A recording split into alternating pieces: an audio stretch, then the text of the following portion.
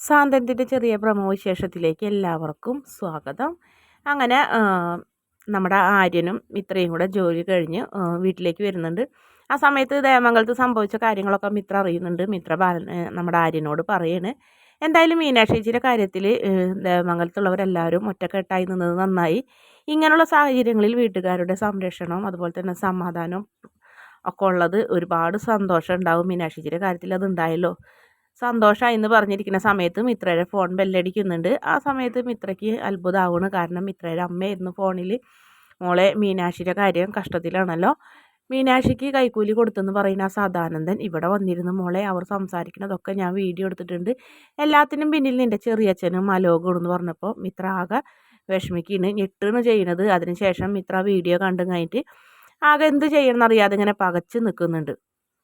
പിന്നീട് കൃഷ്ണമംഗലത്ത് പ്രശ്നങ്ങൾ നടക്കുന്നത്. കൃഷ്ണമംഗലത്ത് ഇങ്ങനെയൊക്കെ സംഭവിച്ചു എന്നുള്ള കാര്യം അനന്തവർമ്മ അറിയുമ്പോൾ അനന്തവർമ്മ അച്യുതനെ വഴക്ക് പറയുന്നുണ്ട്. അച്യുത, എന്ത് പ്രശ്നം ഉണ്ടെങ്കിലും നേരായ വഴിയിലൂടെ മാത്രമേ നമ്മൾ പോയിട്ടുള്ളൂ, ഇതിപ്പോൾ നീ നേരായ വഴിയിലൂടെ അല്ല സഞ്ചരിക്കുന്നതെന്ന് പറഞ്ഞപ്പോൾ ഇനി ഏട്ടൻ്റെ ഉപദേശം വേണ്ടാന്ന് പറഞ്ഞ് അയാളും അയാളുടെ മോനും അയാളുടെ ഭാര്യയും വേറെ വഴിക്ക് പോകും.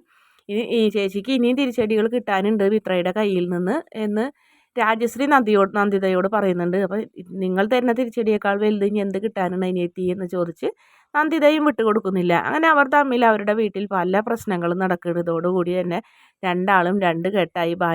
ഭാര്യമാരും ഭർത്താക്കന്മാരും മോനും എല്ലാവരും പല വഴിക്കായി. ആ അച്ഛന്മാരെ മാത്രം വിഷമം ആരും കാണുന്നില്ല. അങ്ങനത്തെ ഒരു അവസ്ഥയാണ് അവിടെ.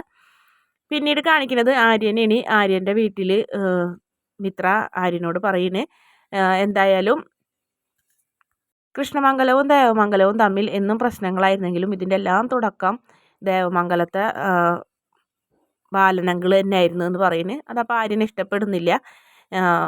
നീ എന്താ അങ്ങനെ പറയുന്നത്, എൻ്റെ അച്ഛനെ മാത്രം പറയേണ്ട, നിൻ്റെ അച്ഛനും നിൻ്റെ ചെറിയച്ഛനൊക്കെ കണക്കെന്നൊക്കെ പറഞ്ഞ് വഴക്കുണ്ടാക്കുന്നുണ്ട്.